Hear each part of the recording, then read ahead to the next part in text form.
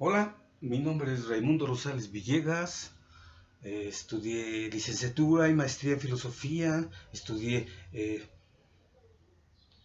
propedéutico para posgrado en la UNAM y gracias a ello es que tenemos, digamos, cierta preparación en ciertos textos, ¿no?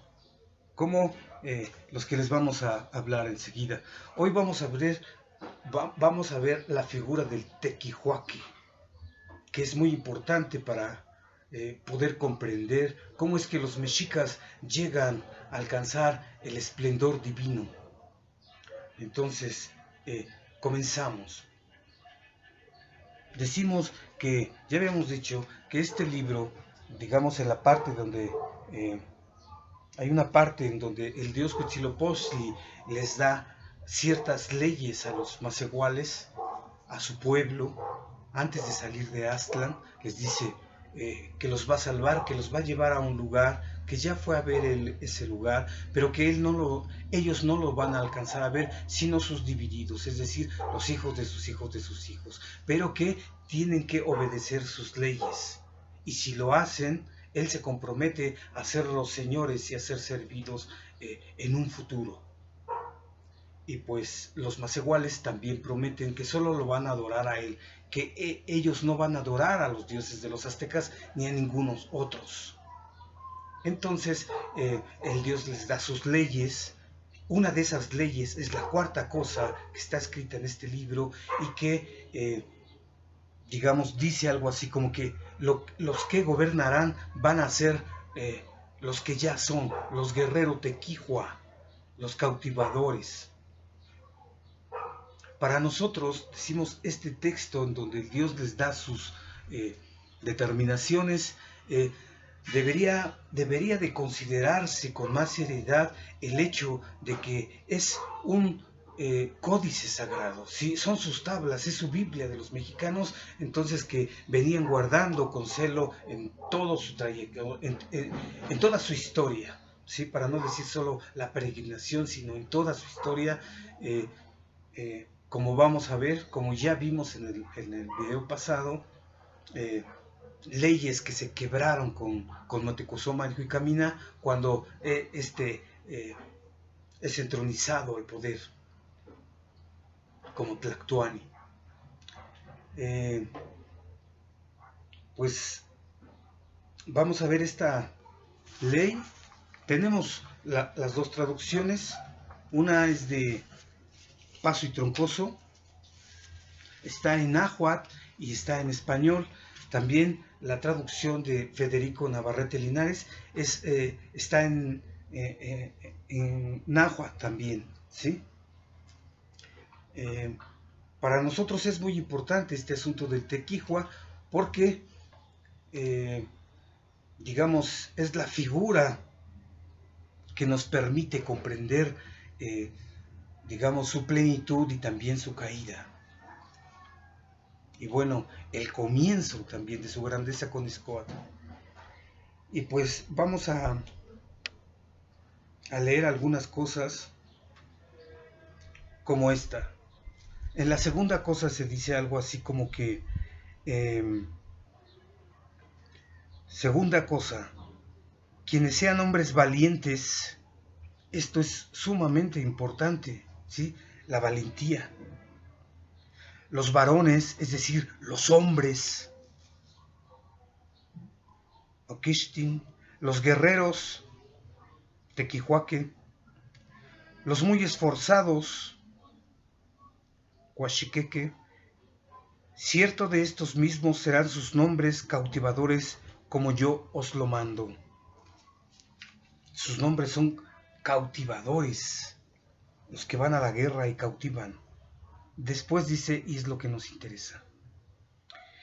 Y serán para estos mismos que nada se tendrán, y Paso y Troncoso pone entre paréntesis, que no tendrán miedo. Y serán para estos mismos que nada se tendrán las mantas labradas, las delanteras, las bragas. Esta traducción nos gusta un poco más que la de Federico Navarrete, porque aquí queda un poco ambiguo, ¿sí? Aquí se dice algo así como no se valorarán, y ellos en nada se valorarán con las mantas, con las ricas mantas, en ellos en nada se valorarán. Y ellos en nada se valorarán con las ricas mantas. Bueno, lo que se dice aquí, que imagínense que las mantas, las delanteras, bragas, todas estas cosas preciosas serán para ellos, pero ellos mismos, en tanto que para estos mismos que nada se tendrán, yo no soy nada. Es decir, lo que quiere decir aquí es que la vida la tienen en nada. Varias veces en los textos se llega a decir esto, ¿no? De que tenían a la vida en nada. Y eso no quiere decir que no la valoren, ¿verdad? Sino que quiere decir en el sentido de que la patria lo es todo, ¿sí? Que yo muera, no importa, pero la patria es primero. Que yo muera, no importa, sino que mi Dios es primero. ¿Se entiende? En ese sentido, en el sentido de que el pueblo es primero. Mi vida no vale nada. Y si mi vida no vale nada, pues las cosas preciosas que me regalan, sí, serán tesoros con los que podrá uno gozar, pero también en ese sentido, pues son cosas que no son nada, porque lo que es lo verdadero es, digamos, el ser, ¿sí? Y bueno, nos pasamos inmediatamente a la cuarta ley. No, en la tercera recuerdo que se dice algo importante, se dice algo así como al final, porque muchísimas gentes querrán, codiciarán la condición de jefe valiente. Jefe valiente es también, es un modo de llamar al tequijua. El tequijua tiene muchos nombres, pero digamos ya siendo tequijua, dice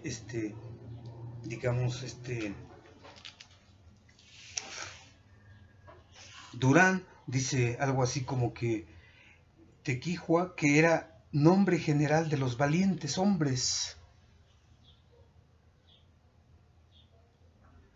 De más del nombre, le mandaba poner las insignias al comendador que dijo: tequijua, nombre general de los valientes.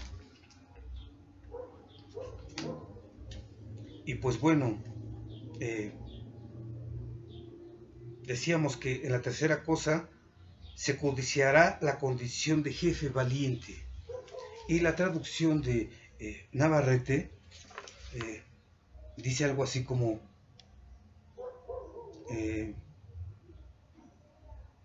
y principalmente con esto, con la calidad de las águilas y los ocelotes, se establecerá la guerra, para que provoquéis espanto, y por eso toda la gente querrá, aspirará a la valentía del guerrero, es decir, a ser tequihuaqui, querrá ser valiente, y para eso recordemos que los mexicas tenochcas tenían dos colegios, ¿sí? El del Telpochcali y el del Calmeca, donde precisamente se les enseñaban a ser hombres de gran valor. Y bueno, llegamos a la cuarta cosa, que es la que nos interesa y la que hemos insistido a lo largo de ciertos videos, ¿no? La cuarta cosa, serán señores no cualesquiera nomás. Ellos mismos habrán sido ya principales, cautivadores, capitanes de guerra. Solo ellos, solo los que ya han sido capitanes, solo los que ya han sido cautivadores, solo los que ya han sido principales, podrán ser señores. Y en la traducción de Navarrete nos dice algo así como los que gobernarán, ¿sí? Acá se dice los que serán señores, o sea, los que gobernarán. Aquí dice serán señores, y acá se dice los que gobernarán no serán más que aquellos, los que ya son guerreros, los que ya han capturado, los tequihuaque. Y bueno, aquí está una nota de Navarrete que dice literalmente poseedores de cargo, encargados, se refiere a un grado militar de alto nivel. Y antes, en el 42, en la nota 42, dice tequihuaque, literalmente los que tienen cargo. Se refiere a un tipo de jefe militar. Son los que mandan. Estos, digamos que los que van a gobernar, solo pueden ser tequihua. Y estos tequihua son los únicos que pueden ser señores, digamos, en la nobleza. ¿Sí? Y ya lo explicamos en el video anterior, ¿no? Cómo es que, pues los hijos cobardes de los nobles, ¿qué se hace con ellos? Pues dice Tlacaelel, pues que se vayan al pueblo porque no serán reconocidos, así se trate del hijo del rey.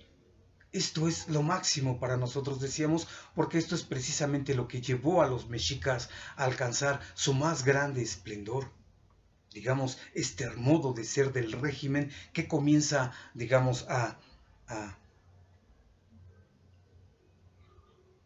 irse formando por esta ley cuarta del dios Huitzilopochtli, ¿no? Que después se va, digamos, modificando según la necesidad, digamos, en el gobierno de Izcóatl, cuando se va configurando lo que podemos llamar el Estado, y después ya con Tlacaelel, cuando alcanzan la plenitud divina, cuando, digamos, que ya han conquistado por las cuatro partes del mundo, y que de alguna manera las leyes que dice Tlacaelel son para que no se filtren algunos hijos de nobles y que puedan mandar, que puedan estar con la nobleza si son cobardes.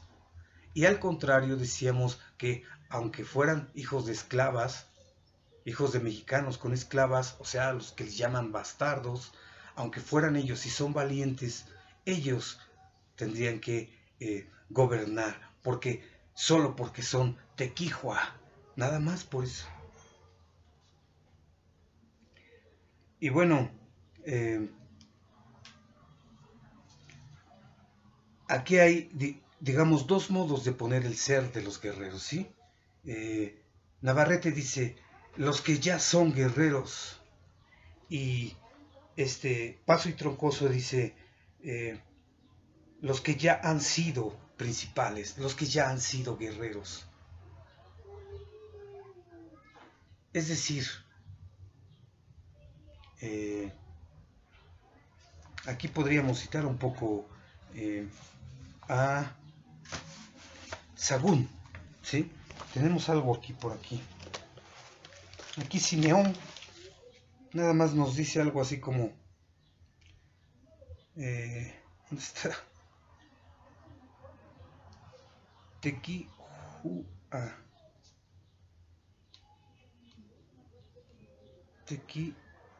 Tequihua, guerrero valiente.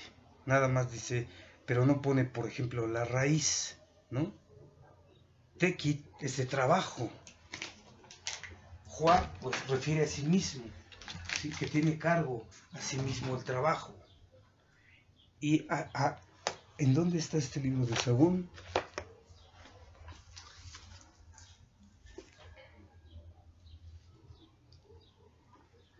Es donde hay una parte en donde se habla del Tepochcali y el Calmecac. Son los dos colegios que los mexicas tenían ya cuando estaban en gran esplendor.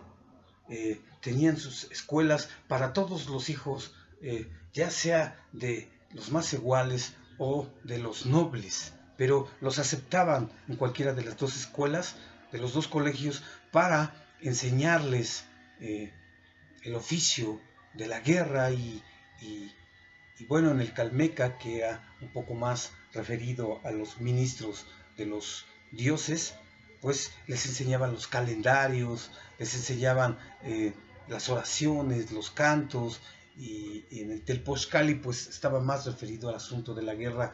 Pero bueno, les leemos así aquí algo.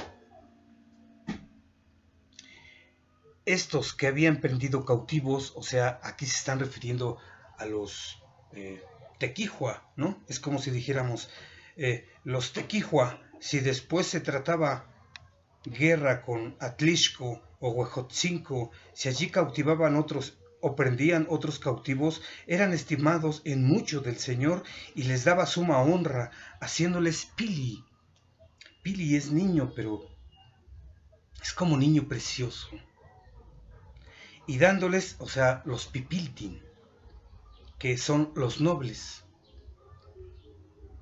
y dándoles nombres de valientes que ya estaban en grado de poder ser electos por señores y sentarse con ellos y comer con el Señor, y el Señor les daba insignias de valientes como eran besotes, etc.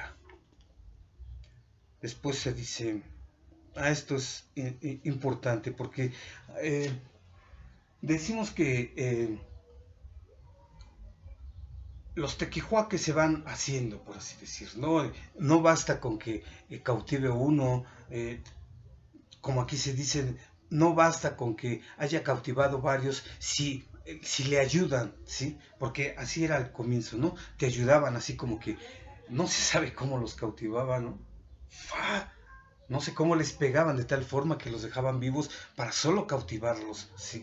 La guerra, y esto es único, esto es singular y diferente del pueblo mexica, la guerra no era para matar al contrincante, sino para cautivarlo y llevarlo a sacrificio para su dios Huitzilopochtli. Entonces, ¿qué era? Pues que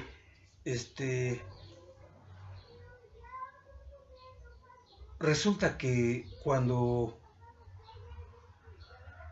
los tequihuaques van a la guerra y cautivan por ellos mismos, sin ayuda de nadie, y cautivan, me parece que 4 ya tequihuaque, ¿no? Hay muchos, digamos, especificaciones ahí que no vamos a decir y no queremos entrar en ello, solo para decir la importancia del tequihua, del guerrero tequihua. Entonces, decimos que esto es tremendo en el sentido de que van a la guerra, pero esa guerra, como sabemos, es una guerra sagrada. Para los mexicas la guerra era un acontecimiento sagrado, ¿sí? Porque ellos, como digamos, tequihua, guerreros entregados a su Dios, digamos que luchaban por él, ¿sí? Ese era su ser. Entonces, su elemento de los guerreros es el peligro y la guerra. Entonces, entraban a un ámbito, así como el dios Huitzilopochtli en el, ¿cómo se llamaba? Teotlashco, ¿recuerdan en Coatepec? En la cancha sagrada de juego de pelota. Pues más o menos es así. Cuando entran en guerra, frente a frente, los escuadrones, era para cautivarse, no era para llegar y ¡fa! Matarte de un macanazo, ¿verdad? Sino es una rara, es una guerra única, sui generis, ¿sí? De tal manera que los mexicas cuando iban y capturaban 4, imagínense así, y regresaban a Tenochtitlan, ya no eran los mismos, ya regresaban con otro rostro, porque ellos podían acceder al ámbito de lo sagrado mediante el temple del valor y la guerra, que era, digamos, eh, eh, donde se heredaba por parte de su Dios, eh, digamos, la relación de ser. Entonces, les vamos a leer un textito que un poco habla de eso, pero digamos es para imaginarse cómo es que van a la guerra y regresan ya con un rostro distinto, ¿sí? Dice, nieto nuestro, ya cuando van ganando, digamos, esta jerarquía para Tequihua, ¿no? Nieto nuestro, hate lavado la cara el sol y la tierra. Ya tienes otra cara, porque te atreviste y te esforzaste a cautivar en compañía de otros. Mira que te valdría más perderte y que te cautivasen tus enemigos, que no que otra vez cautivases en compañía de otros, porque si esto fuese, pondríate otra vendija en la parte de la otra oreja que parecieses muchacha, y más te valdría morir que acontecer esto.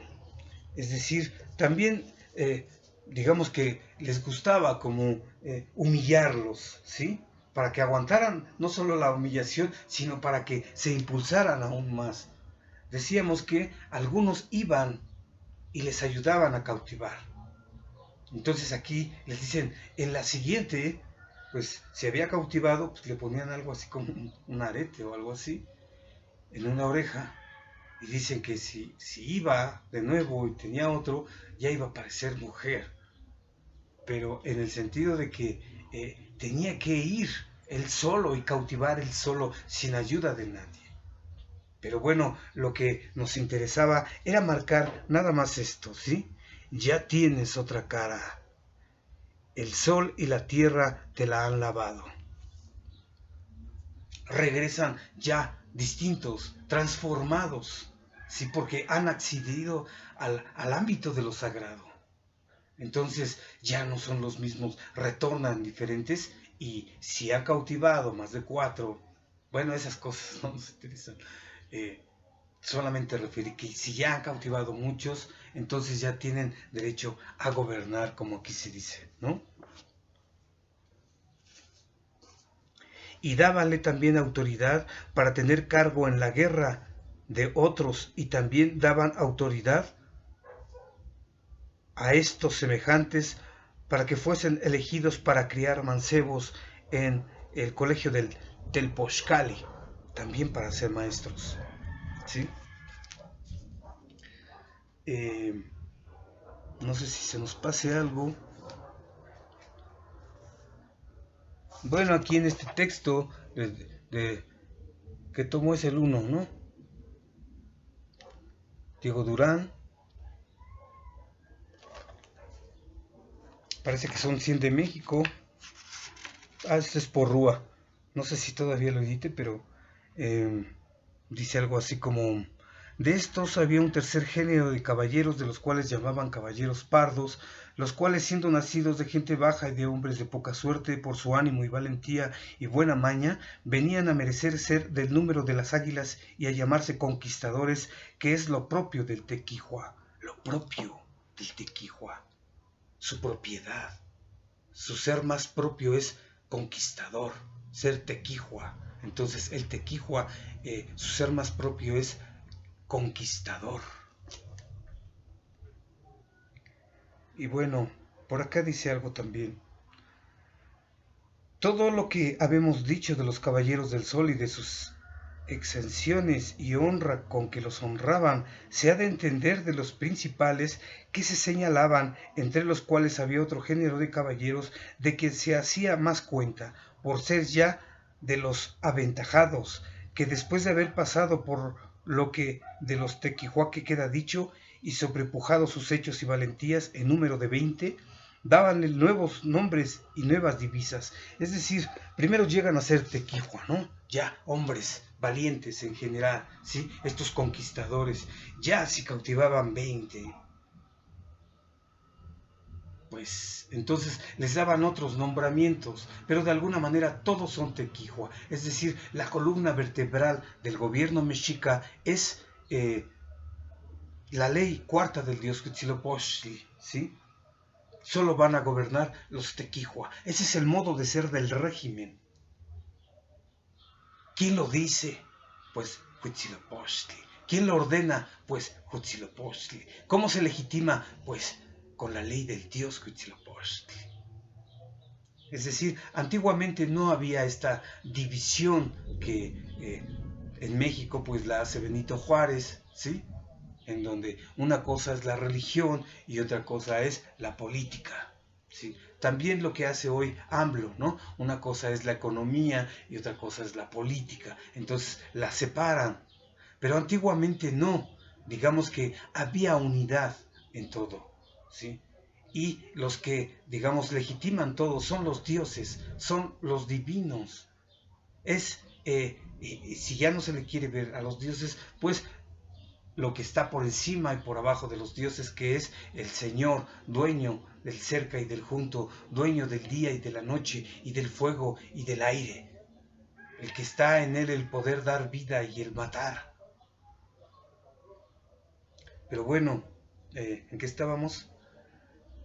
Pues que estos tequihua, ¿no? Ya después, o sea que después de ser tequihua, que ya pueden llegar a ser otros grandes capitanes, otros grandes jefes, tlatoanis de otros pueblos. No sé, el asunto es que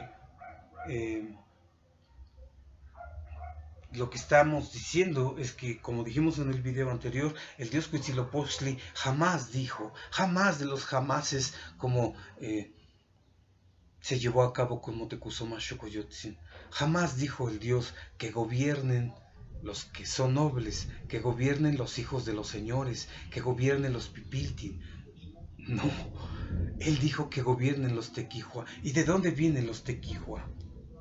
Esta es una palabra, una pregunta, digamos, importante en el sentido de que es algo muy parecido a lo que le sucedió a Dios Huitzilopochtli cuando en el mito se dice que es un portento. ¿Por qué? Solo se aparece como un milagro. Y decimos que el tequihua también, en el sentido de que, digamos que en el Telpochcali los preparaban para la lucha, les hacían penitencias, barrían en los templos, cocinaban, iban por la leña, los trataban con rigor para templarlos en el valor. Entonces, decimos que ya cuando están en edad, ya poco a poco van cargando las armas, van ayudando a cautivar, cautivan y los ayudan a cautivar, ya hasta que ellos por sí mismos cautivan 20, aquí como se dice, ¿no? 20 guerreros, eran invencibles los mexicas. Entonces, decíamos que cuando estos tequihua van a la guerra y digamos que acceden por el valor, es el temple sagrado de los mexicas. Era lo que decíamos en el video anterior como la esencia de la Mexicayot, el temple del valor. Porque digamos que ya con Tlacaelel se especifica todo, ¿sí? A pesar de que una y otra vez se hable del valor, como aquí en los textos de Paso y Troncoso, de Cristóbal del Castillo, se refiere mucho a este asunto del valor, pero no se explicita tanto ni tan bien como lo hace Tlacaelel con sus leyes dictadas en el tiempo de Moctezuma el Huicamina, flechador del cielo. Y pues bueno, decíamos que el tequihua, o el que va a ser tequihua, ¿sí? Todavía no es tequihua. ¿Cuándo sabemos que es tequihua? Cuando se pone en obra, cuando ya ha cautivado, cuando ya ha sido. Entonces, digamos que es como la primera vez que cautiva 4 o más, y por primera vez tiene ese nombramiento de tequihua, ¿sí? Pero decíamos que va a la guerra. ¿Cuándo nace el tequihua? Cuando va a la guerra. Nace cuando se realiza, nace cuando cautiva. Es decir, digamos que el Tequihua nace en el ámbito de lo sagrado, ¿sí? Entra a la guerra y logra cautivar. Y en ese momento es cuando él surge como un portento y es Tequihuaque, es Tequihua. No sé si se entienda. Es decir, se podrá decir que antes de los tiempos, híjoles, ya se nos perdieron las páginas de aquí. Se podrá decir que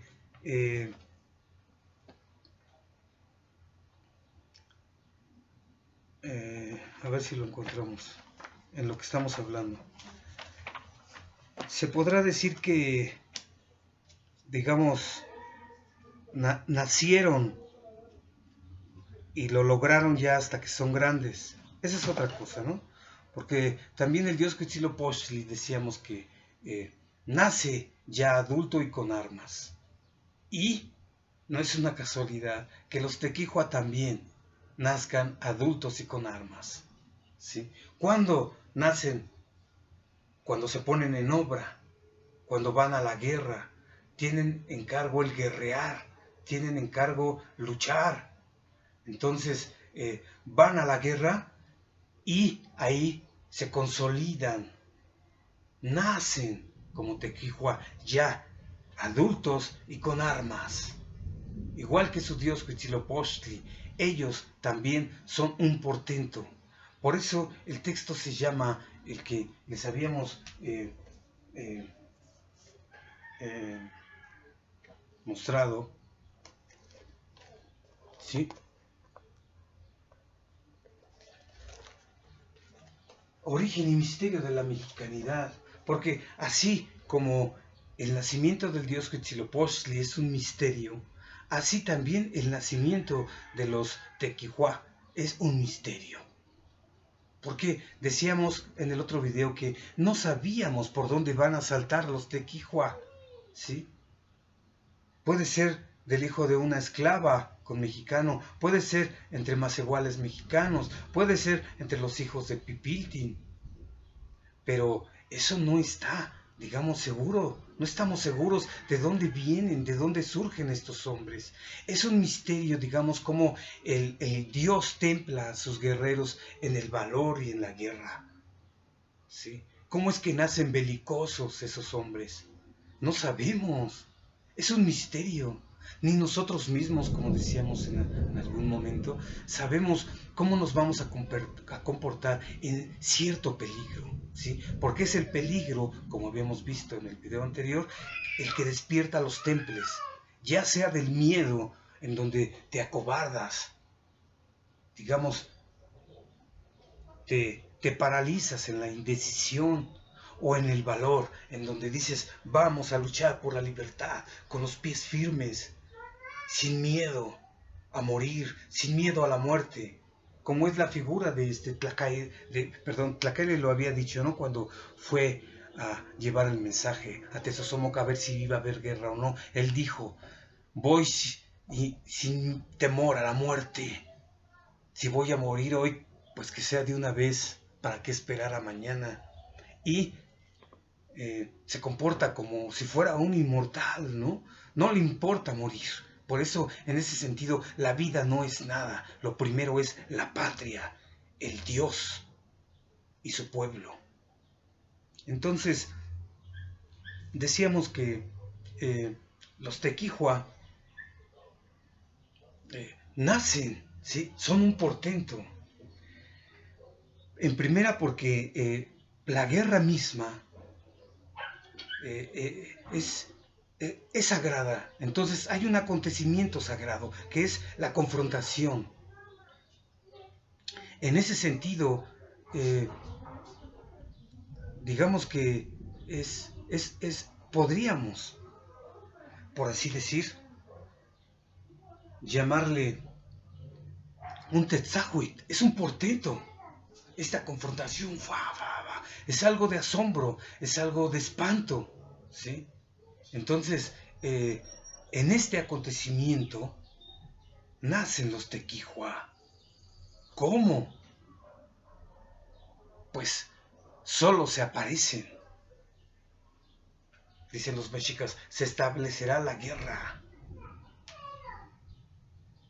Y pues aparecen estos hombres, ¿sí? No sé si se dice algo en el escrito de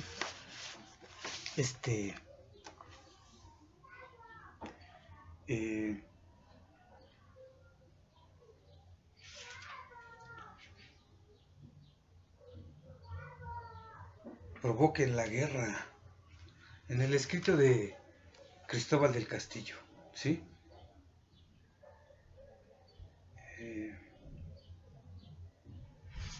Os asentaréis los mandamientos del Dios,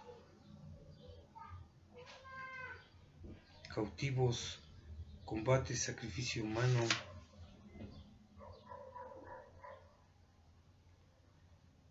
se sentó en el altar. Nuestro Dios, Yao Tequihua, el conquistador. Yao es guerrero, o guerra, ¿sí? El que tiene a cargo el guerrear. Dice aquí, encargado de la guerra o de los enemigos. Dice Navarrete en la traducción, en una cita, en una nota.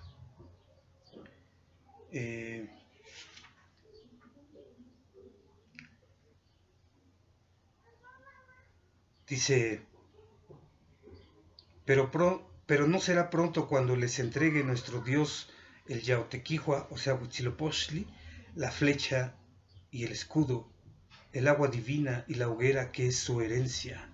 Esta es la herencia que da el Dios a sus hijos, a su pueblo, a sus más iguales.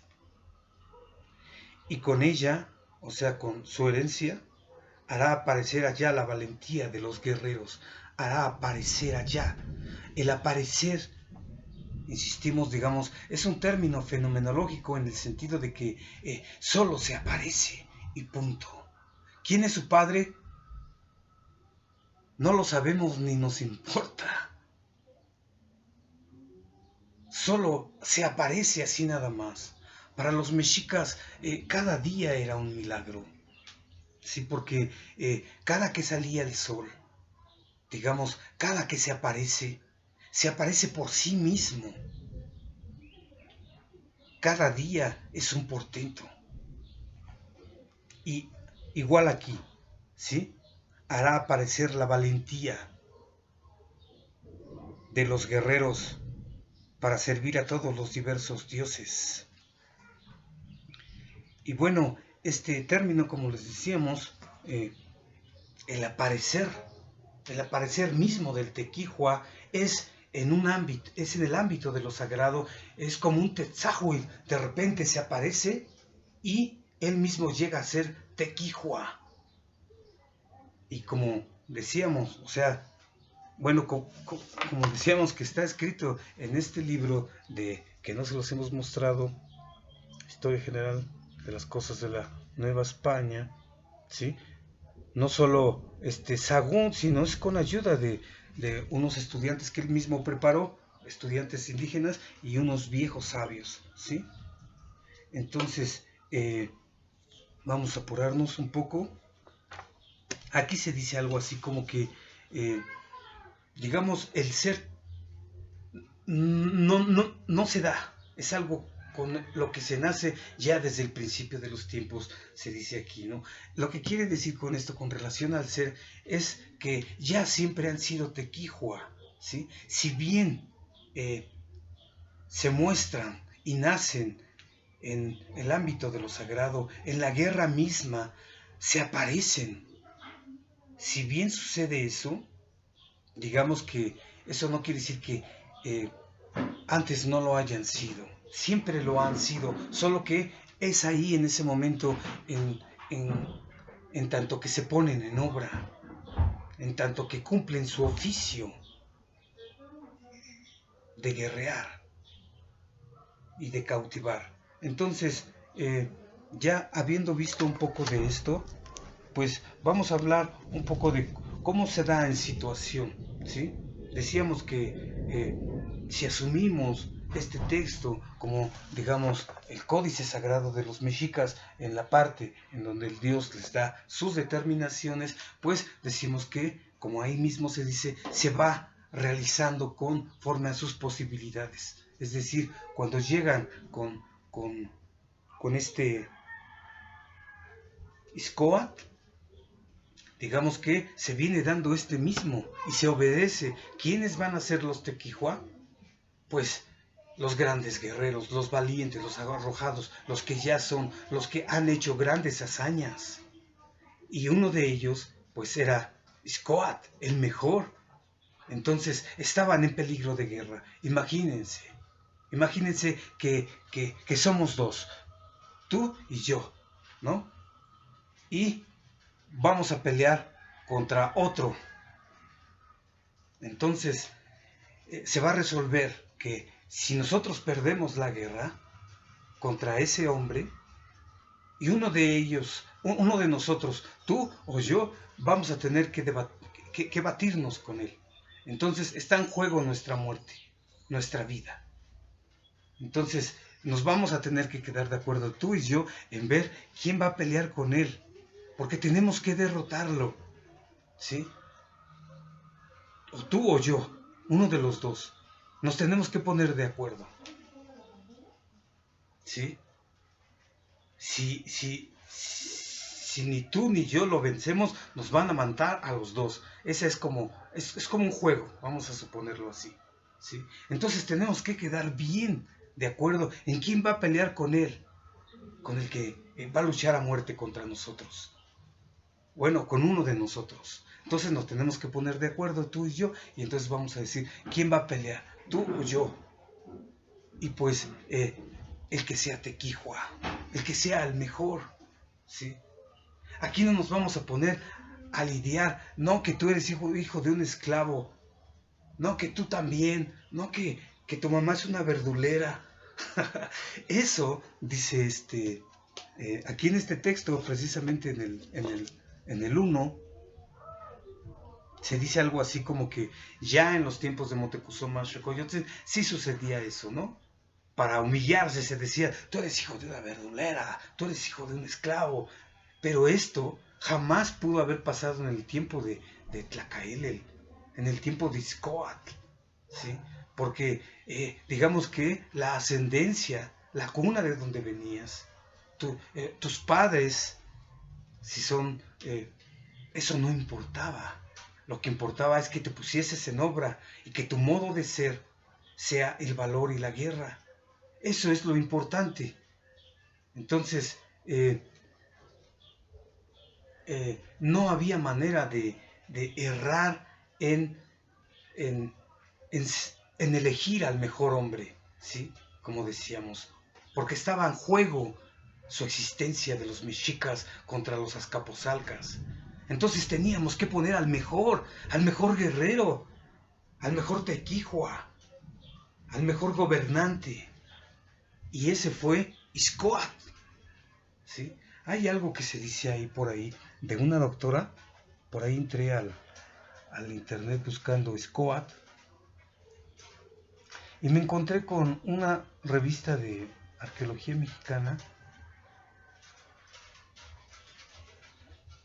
así que se las recomendamos, y se llama Iscoatl.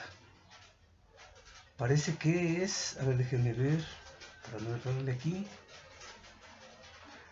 Castañeda de la Paz María, Iscoatl. Nada más se dice eso. Pues ha de ser una doctora, ¿no?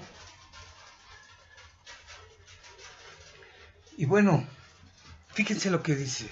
Nosotros no estamos de acuerdo con lo que dice la doctora, porque realmente eso no importaba. Sí, que seas hijo de esclava de Macehual. Esto es lo que los hace singular y diferentes a los mexicas tenochcas, de que el modo de ser de su régimen no se daba por herencia de nacimiento de grandes, sino por tu modo de ser, solo por tu modo de ser. Y reconocer el modo de ser digamos, hoy en nuestro tiempo tampoco se hace. Favorecemos a nuestros hijos, a nuestros amigos, a nuestros recomendados. Digamos que en la antigüedad con Tlacaelel se condenaba toda forma de influyentismo, ¿no? ¿Sí? No, que soy hijo de... Si eres cobarde, te vas para allá. No, soy hijo del... Pues no le hace, te vas para allá. Que soy hijo de tu propio hijo, ni aunque seas mi hijo, vete para allá. Con los más iguales, con el pueblo, ¿sí? Aquí en la nobleza solo están los de Quijua, solo están los valientes, solo están los arrojados, los que no tienen miedo. Ya está lloviendo, nos agarró la lluvia. Hoy, que estamos febrero, ¿no? Bueno, nada más les vamos a leer un pequeño textito de María Castañeda de la Paz, Ixcoatl, la Casa Real de Tenochtitlan. Ixcoatl era hijo de Acamapixtli, el fundador de la Casa Real de Tenochtitlan. Los documentos, Acamapixtli era hijo de mexicano con una princesa de Colhuacan, ¿no? Por eso le dice fundador de la Casa Real de Tenochtitlan. Pero el fundador de la Casa Real de Tenochtitlan es Huitzilopochtli, ¿sí? Porque él da el valor y el manto, él da la gloria y la fama.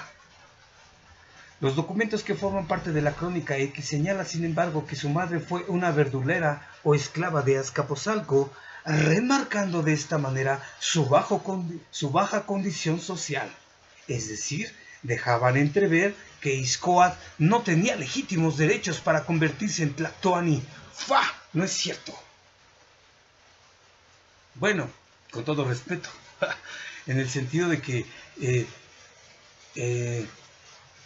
¿cómo no va a tener legítimo derecho, como habíamos visto en el video anterior con Tlacaelel, si él era el mejor y no se tomaba en cuenta, como dice Tlacaelel, el alto linaje y la sangre real se heredan por vía del valor y la guerra, ¿sí? O como dice más específicamente Tlacaelel, la gloria, la honra y la grandeza no se heredan por vía de nacimiento, sino por el valor y la guerra. Ay, ya se va a acabar la pila. Vamos a... Creo que hasta ahí es, ¿no? Es decir, dejaban de entrever que Ixcoatl no tenía legítimos derechos para convertirse en Tlatoani de Tenochtitlan, pues solo algunas mujeres nobles eran elegidas para que sus hijos alcanzaran tal rango y la de él ni siquiera lo era. No obstante, Ixcoatl llegó al trono gracias a la colaboración de Tlacopan y Moctezuma y de alguna otra intriga palaciega, como vimos al analizar la figura de Chimalpopoca. Quizás la hubo. No estamos diciendo que no, doctora, pero digamos que lo importante de esto es que según la ley cuarta del dios Huitzilopochtli, según, digamos, la especificación, la explicitación que hace Tlacaelel de esta ley cuarta, es que él era más legítimo que cualquier hijo cobarde del Tlatoani, ¿sí? Por ser tequijua, por ser hombre valiente, por ser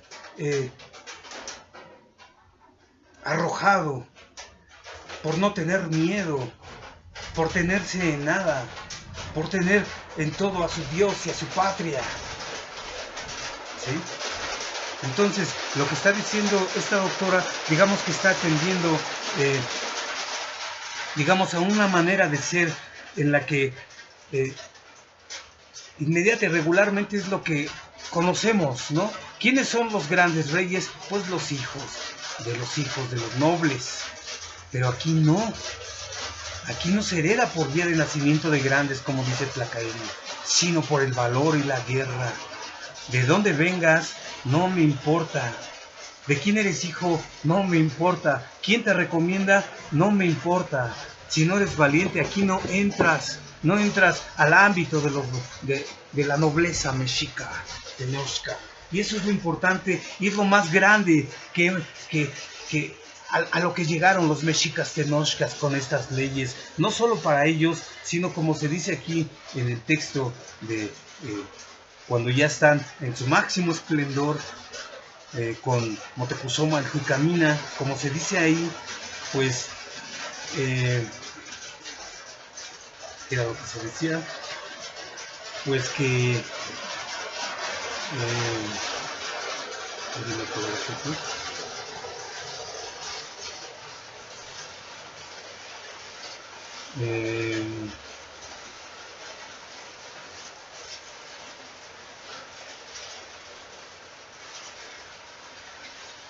como se dice ahí, fueron decretadas para otros pueblos, para que ellos también llevaran a cabo ello, ¿sí? De que se reconociera por el modo de ser. Eso es, digamos, en la historia de la humanidad, podríase decir. Eso es lo que hace a los mexicas ser mexicas tenochcas. Esa es la esencia de la mexicanidad. El tequijua y la mexicanidad, el valor y la guerra, es lo que determina el mando, es lo que determina el rango, es lo que determina el gobierno, es lo que determina la nobleza, ¿sí? Todo lo demás es, digamos, de manera impropia y de manera no originaria, que los hijos de los reyes los sustituyan y ellos sean los que manden, los hijos de la nobleza. ¿Qué parece la doctora Castañeda? Pues es lo que está persiguiendo y a lo que, según lo que hemos visto en el video anterior y lo que estamos diciendo, es que no es de esa manera, sino como la ordenó el dios Huitzilopochtli. Dice, ¿quiénes van a gobernar? Los tequijua. ¿Y quiénes son los tequijua?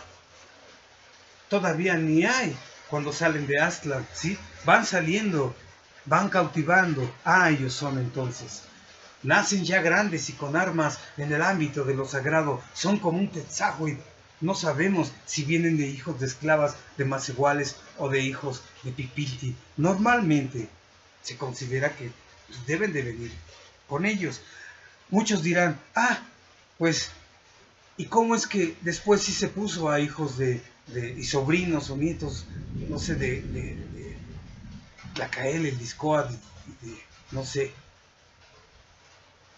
que los puso Tlacael? Realmente eso no importaba. Lo que importaba era la columna vertebral, ¿sí? Ellos de alguna manera sí mandaban, pero porque ya habían sido tequijua. Es decir, lo importante es de que los que gobiernen sean tequijua, ¿sí? Y de ahí, ¿qué importa si sale un tlatoani? ¿Qué importa si sale un capitán más capaz? Un capitán, otros tlatoanis de otros pueblos que se imponen.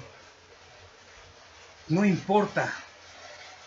Es de alguna manera lo que importa es que seas tequijua, que en tu modo de ser, y este es el temple, tu ser es el modo en el que nos encontramos, ¿sí? En el sentido de que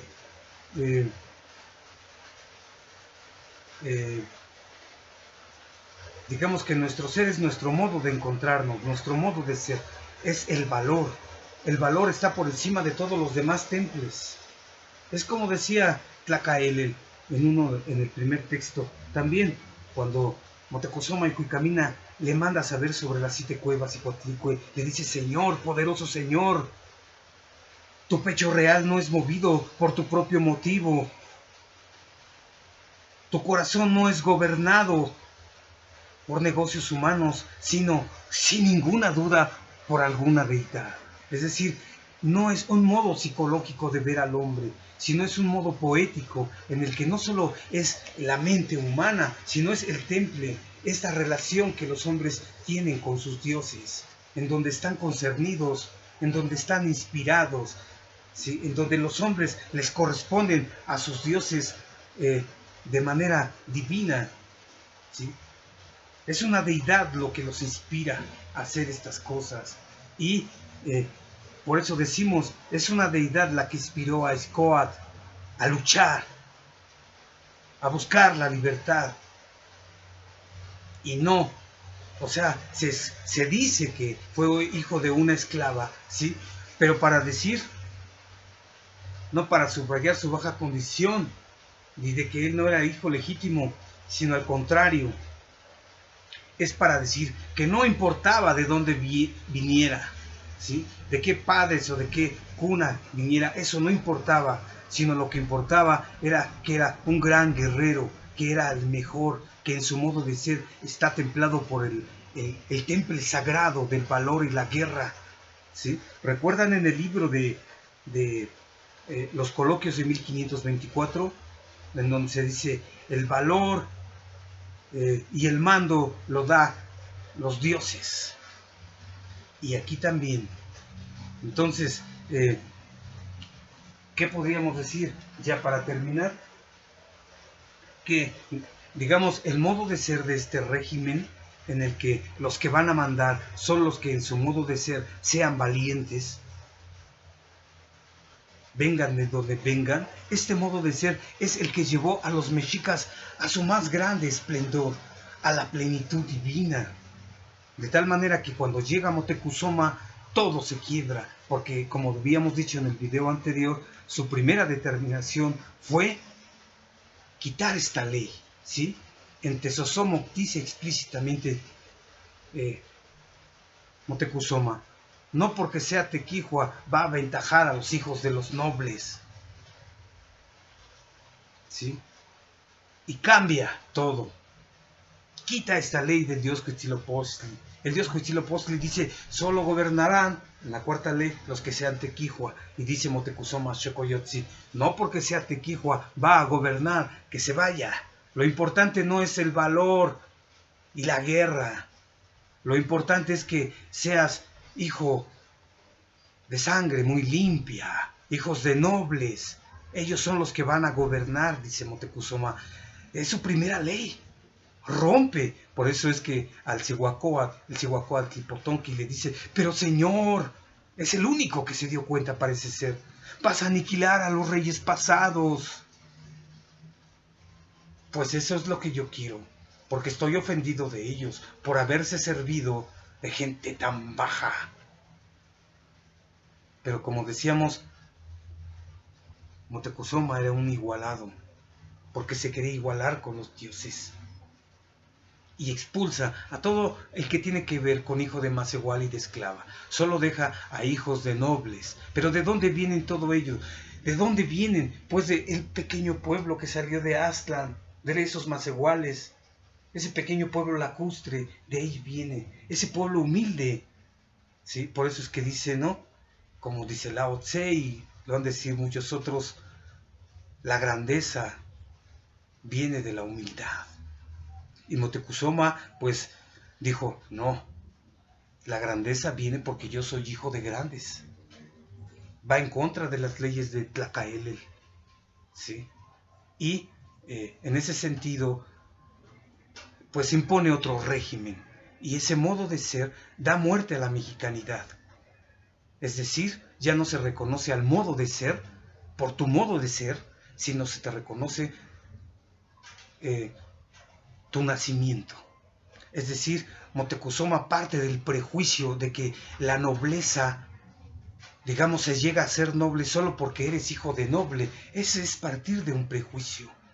En cambio, los Tequihua llegan a ser Tequihua como por un portento, pero ellos son los que mandan. Por eso, digamos que no se tiene a los Tequihua por un prejuicio. Se dice porque su dios Huitzilopochtli dice que ellos lo hagan, pero ¿quiénes son ellos? Todavía no sabemos, vamos a esperar que broten, que se aparezcan, como en la guerra, ¿sí? Como decíamos, ellos mismos son un portento. Y entonces, bueno, en el siguiente video veremos la figura de Moctezuma. Y vamos a explicitar un poco más cómo sucedió, cómo muere la Mexicáyotl antes de que los españoles lleguen a estas tierras. Es decir, los mexicas bajan, hay una frase que dice, los apagan en la inercia de su caída. ¡Pah! Esto lo vamos a ver.